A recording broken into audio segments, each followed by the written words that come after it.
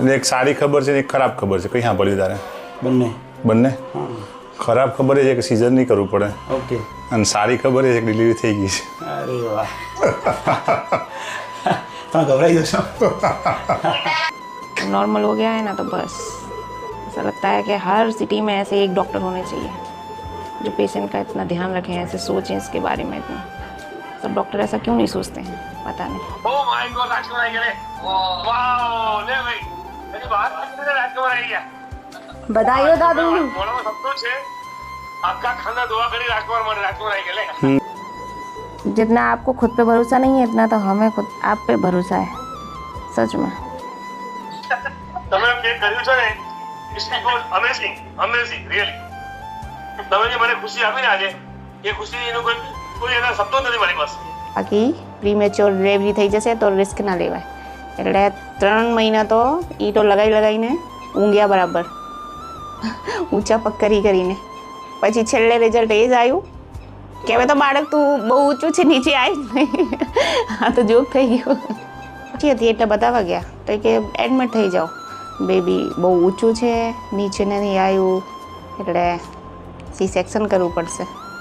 બહાર જ આવી ગયું નોર્મલ, નીચે શું આવી ગયું, હાથમાં જ આવી ગયું.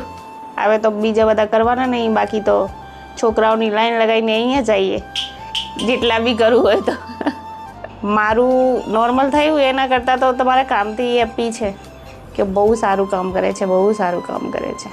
मायका तो यूपी है, यहाँ ससुराल है वडोदरा से आए हैं. 9 मंथ वहीं ट्रीटमेंट चला और वो डॉक्टर हाँ ही नहीं बोल रही थी कि नॉर्मल करेंगे, बस एक ही कि सीजर करना है, एडमिट हो जाओ, इसलिए आपके पास आए. मन की फीलिंग तो ऐसी है कि सच में हमने कभी आज तक ऐसे डॉक्टर ही नहीं देखे. ऐसे फर्स्ट टाइम मिले ना तो तब से घर जाके बस वही बातें करते थे हम लोग कि डॉक्टर ऐसे होने चाहिए. पहले सब ऐसा बोलते थे डॉक्टर भगवान होते हैं. आपको देख के लगता है कि हाँ यही है सच में डॉक्टर भगवान. Oh my God. શું છે બેબી બાબો છો? શું છે? હા. Oh thank God. મારું નામ રવિ પટેલ છે. હું by education I am an engineer and by profession I am a businessman. અમારી પોતાની ફેક્ટરી છે પ્રિન્ટિંગ એન્ડ પેકેજિંગની. તમે ને હું એક જ ફિલ્ડમાં છું. તમે દવા આપો છો, એ દવાના બોક્સ હું બનાવું છું. મારું આખું મેન્યુફેક્ચરિંગ યુનિટ છે બરોડામાં. અમે ફાર્માસ્યુટિકલ્સ, એગ્રીકલ્ચર અને બધી જ ઇન્ડસ્ટ્રીઝના બોક્સીસ પ્રિન્ટ કરીએ છીએ અને સ્ટાર્ટ ટુ એન્ડ આખું પ્રોસેસ કરીએ છીએ. તો એને પહેલેથી હતું કે આપણા ડૉક્ટર કંઈક પણ આપણને એવું કહેશે કે નોર્મલ ડિલિવરીના ચાન્સીસ ઓછા છે કે સી સેક્શન કરવું પડશે તો આપણે સીધા અહીંથી ગાડી ઉપાડીને સુરેખા હોસ્પિટલ જઈશું. Same thing happen. અમારા doctor earlier she was saying કે there is a chance 50% chance, but જેમ ડિલિવરી નજીક આવીને તેમને થોડું અમને લાગ્યું કે હવે કદાચ ચાન્સીસ ડિક્રીઝ થઈ રહ્યા છે એમના પ્રમાણે. એ લીધા. સર કન્ટિન્યુઅસ ફોન પર ટચ પર હતા. 2-3 વખત વાત થઈ સરની, અને સર મિસ કોલ જોઈને પણ સર સામેથી ફોન કરે છે ઇવન ઓન નેક્સ્ટ ડે. હા, તો સરે ફોન પર ગાઈડ કર્યું અમને.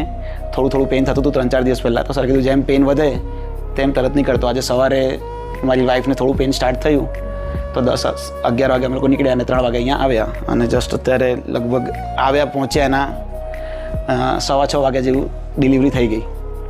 સો we are very much grateful for Ranjit sir and the system he has built in such a small town.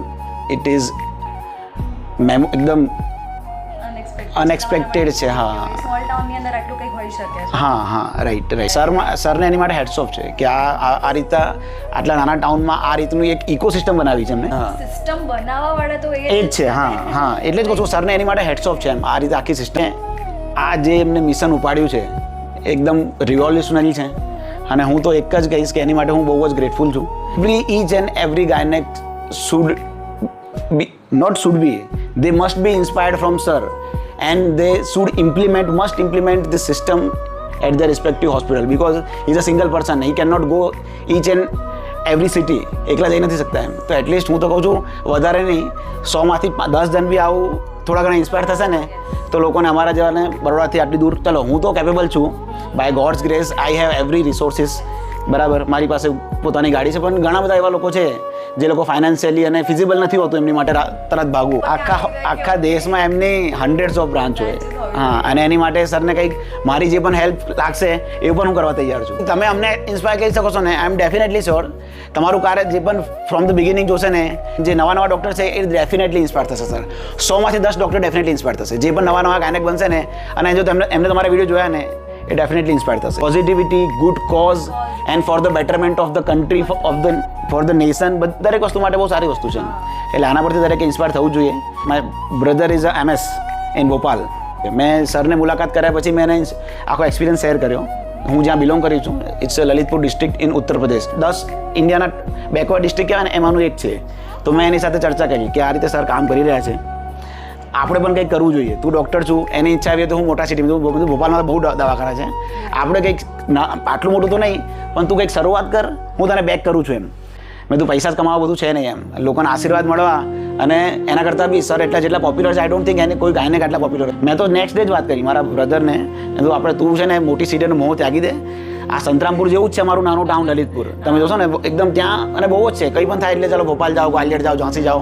એ મારો બ્રધર છે, તું ડૉક્ટર છું, તારી વાઇફ ડૉક્ટર થઈ જશે, તમે 2 જણા એવું કંઈ બીડું પાડો, સ્ટાર્ટ કરો ત્યાં આપણા એમાં, કે આપણા એટલીસ્ટ હું એવું નથી વિચારતો કે બહારના લોકો ત્યાં લલિતપુરમાં આવે, પણ એટલીસ્ટ લલિતપુરના લોકોને બહાર ના જવું પડે એમ, એવી ફેસિલિટી ત્યાં ઊભી થવી જોઈએ. સરનું જોઈને આ આઈડિયા પહેલેથી હતો, બટ સરનું જોઈને મને છે ને હવે હું એમાં એની માટે સ્ટ્રોંગલી કામ કરીશ. હવે હું ઇન્વેસ્ટમેન્ટ જે બરોડામાં કરવાનો હતો, ઇન્વેસ્ટમેન્ટ અહીંયા નહીં કરું, હું ત્યાં કરીશ, સ્પેશિયલી હોસ્પિટલમાં. Seriously, I am damn serious about this. You are great. Absolutely, you are great.